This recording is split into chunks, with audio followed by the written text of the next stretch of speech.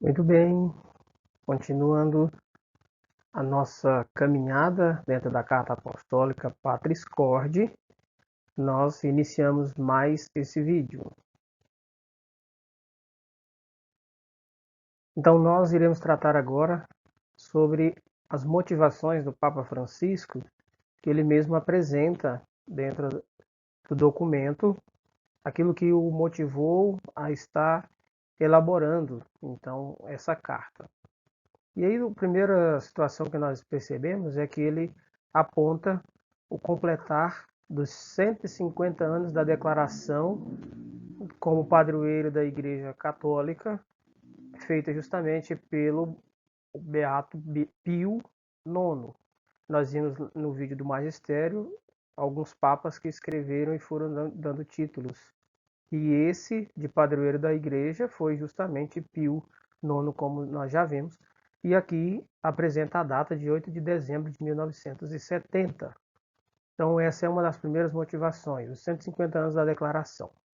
Depois, vamos perceber que o Papa destaca especificamente a devoção que ele mesmo traz com São José, a devoção a São José. Então ele apresenta uma frase que é muito do pessoal. Ele diz: gostaria de deixar a boca falar da abundância do coração. Daquilo que ele transborda do seu interior, ele quer transmitir nessa escrita. Então a gente vê o amor, a devoção profunda que ele tem a São José.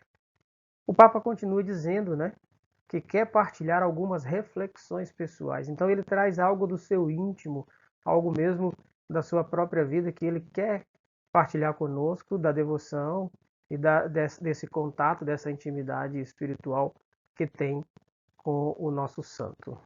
E ele diz, então, partilhar essas reflexões pessoais.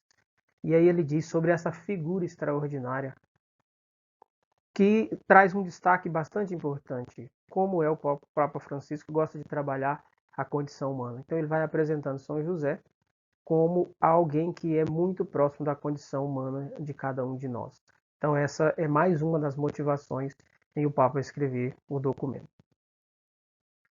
Ele vai dizendo que o desejo de escrever foi crescendo justamente nesse período que nós nos encontramos, ainda estamos passando pelo período dessa pandemia.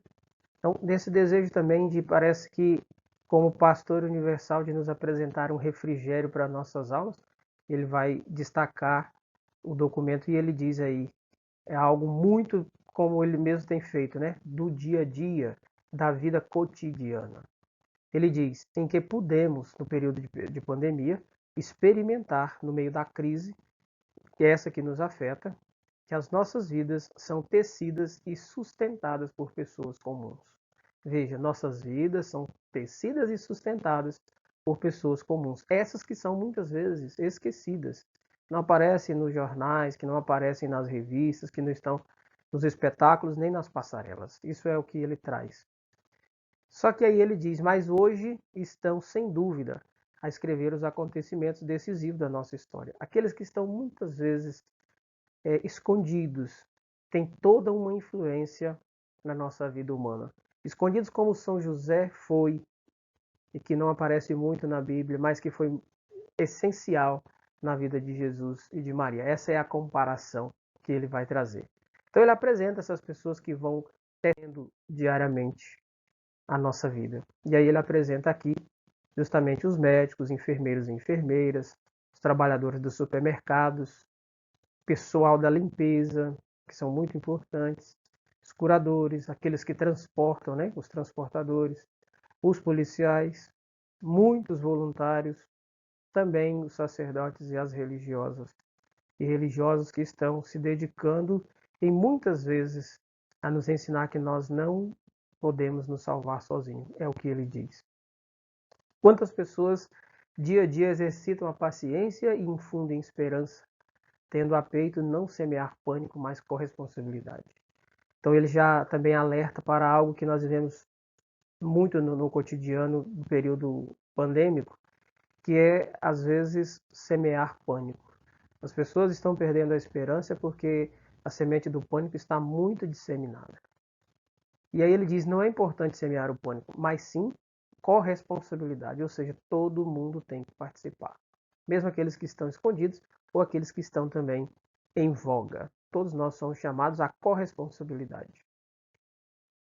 Ele lembra ainda que pais, mães, avós, professores, todos esses estão entrelaçados nessas pessoas que vão construindo a nossa história no dia a dia, mesmo no silêncio, às vezes até às escondidas. E ele destaca da importância desse público, pais, mães, avós e avós, professores, incentivar, estimular a oração nesse período que nós passamos tão difícil. E aí ele continua dizendo: os que rezam, se imolam e intercedem pelo bem de todos. Então, muitos e muitas estão escondidinhos, né? Talvez muitos não saibam mais quantos religiosos, quantos monges e monjas estão dedicados à oração. Enquanto muitos põem a mão na prática, a mão na massa, como costumamos dizer, muitos estão com os joelhos no chão, rezando, pedindo a intervenção de Deus diante dessa situação que nós vivemos. Todos esses podem encontrar em São José o modelo de quem passa despercebido, daquele que tem uma presença cotidiana discreta e escondida, mas que é um intercessor, que é um amparo e que é um guia em muitos dos momentos da dificuldade. Então, nós vemos a comparação dessas pessoas que estão escondidas, mas que têm toda uma importância na história da salvação. E aí o modelo desses é o modelo de São José, que escondido tem aí uma importância toda no nosso percurso humano nessa terra. Muito bem, nós ficamos aqui com mais esse vídeo, já deixando o convite para o próximo. São José, rogai por nós.